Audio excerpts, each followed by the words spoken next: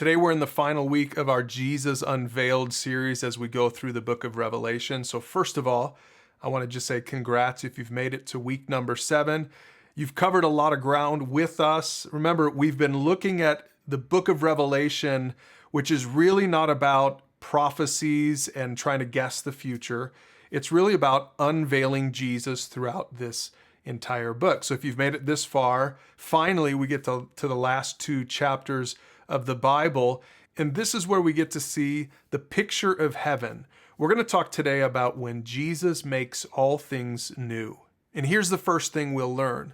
The church is like Jesus's bride, and we're invited into an intimate relationship with him. The picture is painted in Revelation 21. John says, "Then I saw a new heaven and a new earth, for the old heaven and the old earth had disappeared, and the sea was also gone. And I saw the holy city, the new Jerusalem, coming down from God out of heaven, like a bride beautifully dressed for her husband." Now, this wedding day imagery was actually introduced in chapter 19 of Revelation. It says there, "Let us be glad and rejoice, and let us give honor to him, for the time is come for the wedding feast of the Lamb," that's Jesus, "and his bride has prepared herself," that's the church. "She has been given the finest of pure white linen to wear. Blessed are those who are invited to the wedding feast of the Lamb." And if we look even earlier in the New Testament, we see that the Apostle Paul introduced this in Ephesians chapter 5. That's where he said, "For husbands, this means love your wives, just as Christ loved the church. He gave up his life for her to make her holy and clean." Now, for you, I don't know what comes to mind when you think about your wedding day. If you're still married, maybe it gives you good thoughts. If you're divorced, maybe you have bad thoughts about it. But the picture of husband and wife is the most intimate picture we have here on earth, and that's why Jesus says that this is the picture of Jesus and his bride, the church. See, God has always wanted a relationship with us, and that's what we see being confirmed in these last 2 chapters of the Bible. And here's the good news. Jesus will forever remove every aspect of our broken past. Nothing will ever come between us and Jesus again.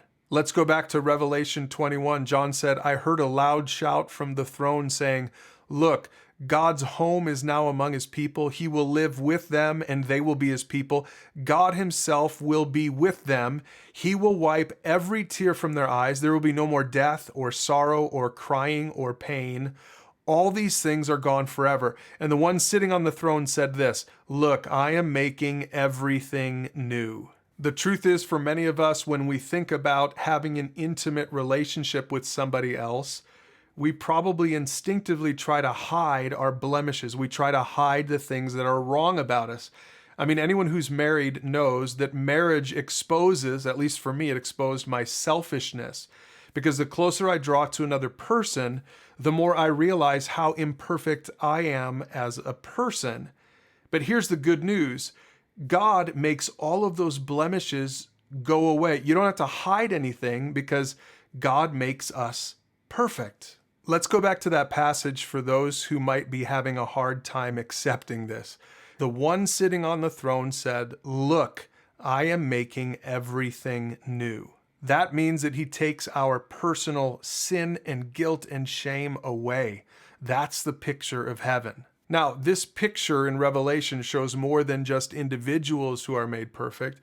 Jesus will actually set right everything that has gone wrong in the world. Revelation 22, "The angel showed me a river with the water of life, clear as crystal, flowing from the throne of God and of the Lamb. It flowed down the center of the main street, and on each side of the river grew a tree of life, bearing 12 crops of fruit with a fresh crop each month.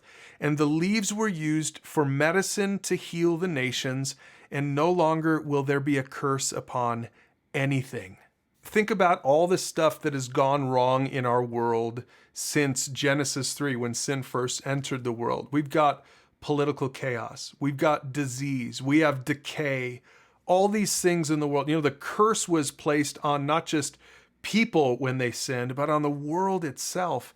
But the picture that we have in Revelation is that God makes everything right, not just human beings who are in heaven, whose names are written in the Lamb's book of life, but also everything. The river, the trees, the world, everything is made new. What a great picture. But here's the most important thing. One day God will be in relationship with his people like he was before sin entered the world. And everyone is invited to know Jesus this way. Look at these words in the last chapter of the Bible. The Spirit and the bride say, "Come." Let anyone who hears this say, "Come." Let anyone who is thirsty come. Let anyone who desires drink freely from the water of life. This is an invitation to everyone to put your faith in Jesus. And it reminds me of this verse from Romans chapter 3. We are made right with God by placing our faith in Jesus Christ, and this is true for everyone who believes, no matter who we are. You know, as Jesus has been unveiled throughout these last 7 weeks in this series on Revelation, I hope that you see through all of it, the conquering king, the lion and the lamb, I hope that you see more than anything, a gracious, invitational God who is saying to you, "Come. I want you to be a part of my church. I want you to be a part of this movement of God that at the end of the days, at the end of the world, will be victorious." If your name isn't written in the Lamb's book of life, I encourage you to talk with your small group leader or with your mentor about how to do that. We'll put a topic down below to help you to have that conversation. But this is the Jesus that is unveiled in the book of Revelation, the Jesus who invites us into a relationship with him.